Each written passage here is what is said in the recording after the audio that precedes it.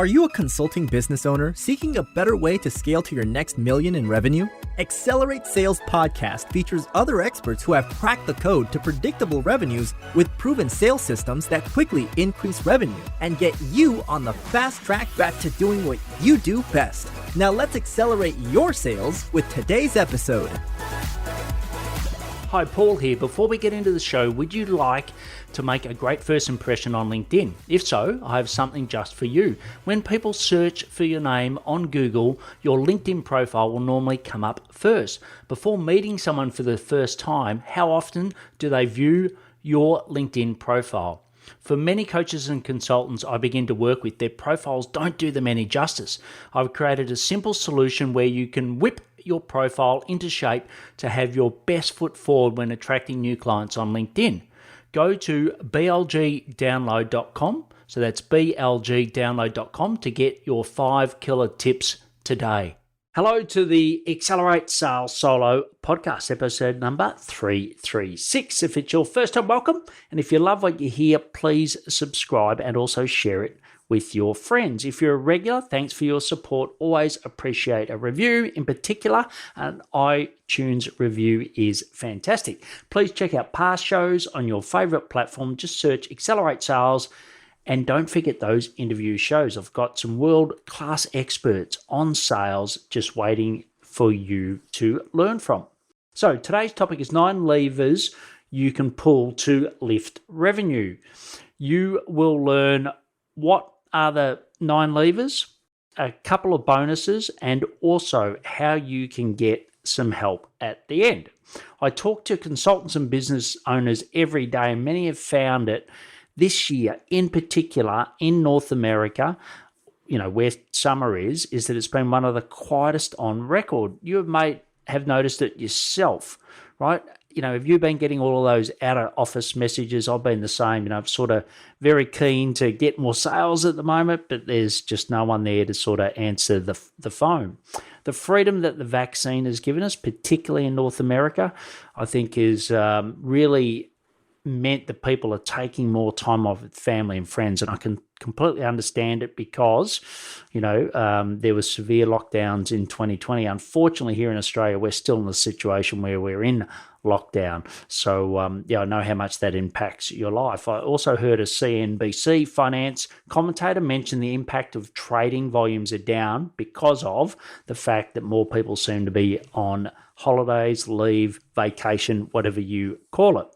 If you're in the same situation, i.e. you can't get through to people, and even if you're not, there's other reasons why your revenue is down. I want to help you by using these 9 levers to pull to boost your revenue. So some are very obvious, right? And you'll say, oh God, I've heard that before. But remember, the obvious things aren't always done. So it's a nice reminder. And if you're doing them, fantastic. If you're not, it's a great chance to get in and do them. So number 1 is sell yourself first. So what do I mean by that? Many of the people that I work with realize that they've actually got to first convince themselves the importance of sales before they actually go and sell to others. Now, does that sound like you?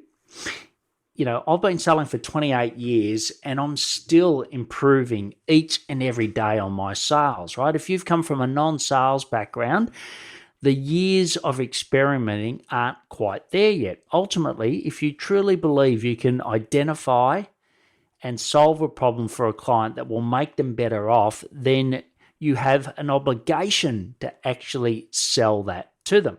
And I love Michael Masterson's book, Ready, Fire, Aim. Highly recommend it if you haven't read it. And he says, as a business owner, you're the best person to sell up to the first million. Well, I actually agree, but I think due to technology and the support and some of the changes we've got, certainly with the people we work with, I think you can stretch that up to nearly 5 mil. Because, realistically, hiring a salesperson is not without its inherent risks. And unfortunately, I see more people where it doesn't work than it does. So I'd love for you to just share your experience, what you've had with that. So that's number 1, sell yourself first. And I spend a little bit more time on that because I think that's the real killer. Number 2 is ask your existing clients. I know you've heard it before, but word of mouth referrals are probably one of your biggest drivers of revenue. But how often do we really ask our own clients if they know one person they could recommend? I won't go into the reasons why here, because I think the biggest one, just to mention one, is the fact that I just don't think people have a system. And if you are nodding, please email me and I can definitely help you with that. And I've got a little bit more on that in a moment. Number 3 is sell and cross-sell. How often do you sell one service to a client only, right? There is evidence that you can also sell an additional item that is more than 25% of, if it's 25% of the initial item, you can increase your revenue. And you might have heard of bundling. It happens right through our retail, but often we don't do that, and we can do it in the right way. So for example, when I have my sales machine members come in, there was a gap where a lot of them just didn't have their VAs properly trained. So what we've done now is bundle a training of the VA with the membership, and that's working really well. It's getting them a much better result. They're getting a better result with less time, but at the same time, my average sales price is going up. Okay, number 4 is away and towards motivators. So you may have heard of this before, but there are typically 2 key motivators in sales. Away, I'll give you an example. It might be unpredictable referrals, or you are having to do all the work, right? So what are you trying to move away from? And then what are you trying to move towards? Consistent referrals and freedom to take time off, just as examples. So I have both of the away and towards motivators in your sales content and your discussions. Number 5, think like a doctor. So this is a very personal one for me. If you've been following me for some time, I've spent a lot of time with doctors over the years. I've been fortunate to get a transplant. And if you've been new to this, you can actually go and hear my story on my LinkedIn profile and website. But, the key thing about doctors is they're really good at diagnosing a problem. And what they do is ask for permission. They ask lots of questions. So if you want to dig more into that, you can go to episode 237, How a Doctor Can Help You Sell. So before I continue to find, more ways or more levers for you to pull to drive revenue, I'd like to ask if you're struggling with some of these key common challenges. One is you've taught yourself sales and not sure what you don't know. 2, you get unpredictable referrals that inhibit your confidence to invest in your business. And 3, you're lacking a sales system fit to scale, which limits your growth. Learn 3 ways to double consulting revenue through referrals without wasting your precious time. Just go to paulhigginsmentoring.com/ASP. So that's paulhigginsmentoring.com/ASP. And obviously everything I mentioned here will be in the show notes. So number 6, right? So we've gone through 5 so far. Number 6, sell on other people's stages, right? You may have been spending most of your time in the back office. You really haven't had time to be the authority, be out the front. So one great way to play on someone else's stage is be a guest on a podcast. So I've got a list of podcasts that I've been on, but also I've got about 700 podcasts that we've catalogued across all different themes. And we've also got all the scripts. So if you want to find that, just reach out to me on my email at the end. So number 7 is first and last rule. So what do I mean by this? So make sure that you start your day with a sales call and close your day. Now, it could be a sales activity, but you just got to make sure that it becomes a daily habit of selling. I use the Done app on my iPhone, which I love, and I tick off every day my key habits. And one of those is to actually make sales calls, okay?